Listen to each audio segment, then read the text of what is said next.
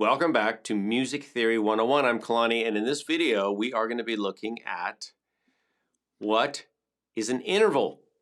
What is an interval besides a period of time? I'm going to show you right now. Let's go down to the keyboard. This is exciting, you guys. Now, don't be scared. This is for people who know absolutely nothing about music theory as well. So just identify yourself as the right person to be here. So if you don't know anything about music theory, you're in the right spot.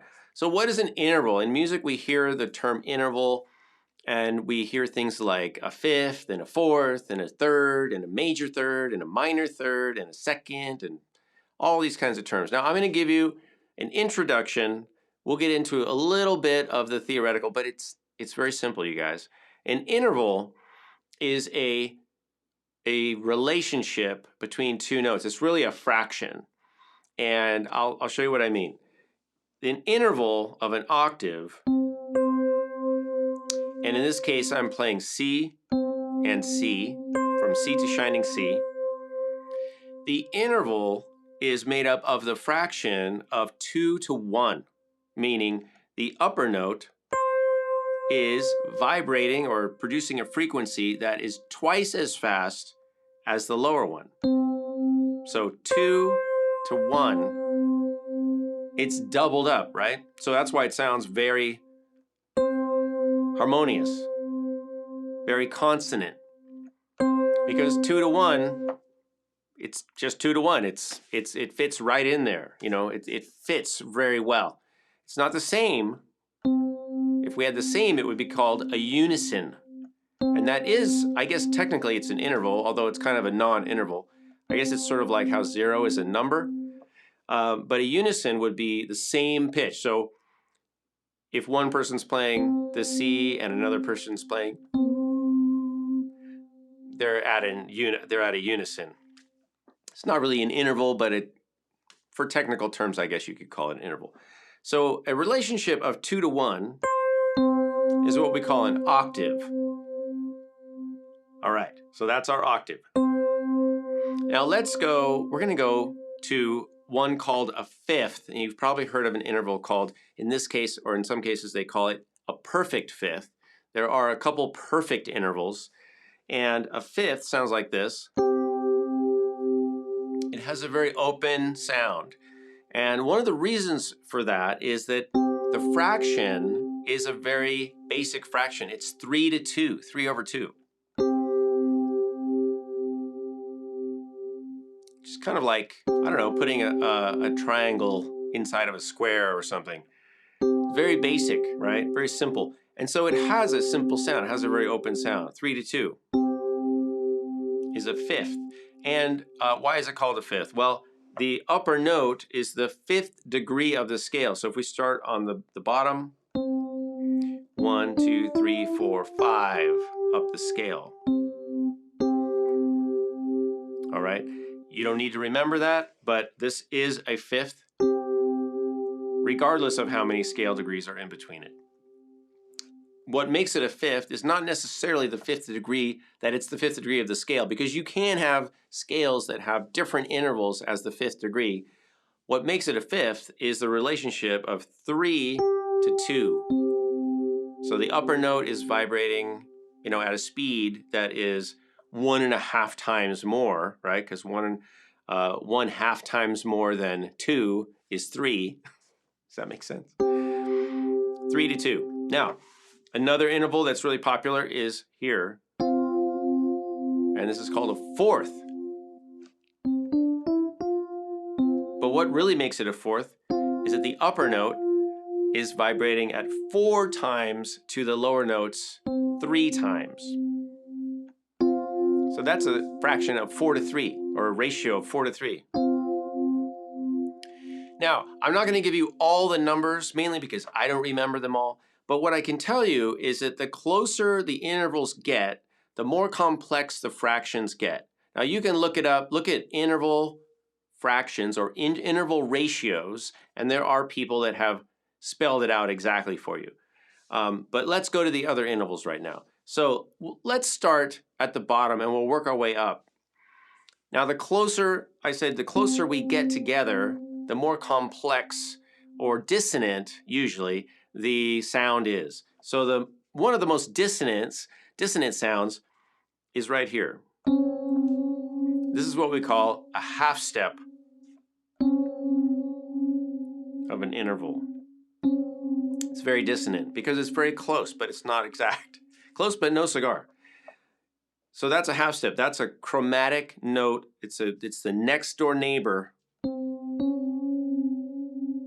It's your neighbor, not a good neighbor. Sometimes it's better to be a little farther away from your home. So this is like your across the street neighbor. This is a whole step. That's 2 half steps. So 1, 2. From C to D would be a whole step. Or from G to A would be a whole step. A whole step is just notes that are separated by 2 half steps. All right, going up a little bit wider, we have a minor third. So minor third is starting at our root note, 1, 2, 3 half steps. Minor third. And it doesn't matter where we play the minor third. It can be here, it can be here, it can be here. These are all minor thirds. Because why? Because of that interval, that ratio. Or you can think of it as 3 half steps. So 1, 2, 3, away from our home note. After the minor third, we go to a major third. Major third is 1, 2, 3, 4 half steps up from the root note. In this case, C to E. Major third. And then we already covered perfect fourth. We already covered perfect fifth. But what about that note in between? That, my friends, is called a tritone, the devil's interval. That has a more complex ratio and more dissonant ratio than either the fourth or the fifth. Look it up. It's very interesting. Let's keep going. So we had our fifth, then we have what we call a minor sixth. Minor sixth. And then major sixth. Now we have a minor seventh, major seventh, and we're back to the octave. Now if you notice, I just want to point out one thing. Let's go to the major seventh. Now what if we took, and you can hear that's got a lot of density to it, there's a lot of stuff rubbing there. That's technical. Now what if we took our C down here and we flip it up to the upper octave? Now we've got a half step, right? We're back to the half step thing, which we talked about earlier. And you notice that down here we have a half step between C and C sharp. Or we could do C and B, right? But if we take the B and flip it up, it's got a similar sound because why? Because we're doubling up the B, we're doing the octave thing, right? So it's the same note, but it's twice as fast. So just take note of that. All of the intervals can be flipped to one of them. You can flip the lower note up to the upper octave, and it's got a similar quality, not exactly the same. For example, if we take a fifth, and we move the C up to the upper octave, it's got a similar quality, right? But now it's actually a fourth because it's G to C. Similarly, if we take a major third and we flip the C up, similar quality, but now it's actually a minor sixth. So you can play around with that. You can look up more on that on music theory, on intervals. But those are the names of the intervals, and they're all based on ratios. Not necessarily just the note names, but you need to know exactly how many half steps are in between, and furthermore, the ratio of the lower note to the upper note, and what is that fraction? It's basically a fraction, all right?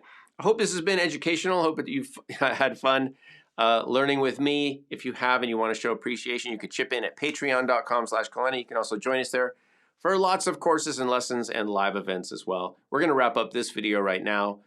Make sure you check the description for other Music 101 videos. Thanks for watching. See you soon.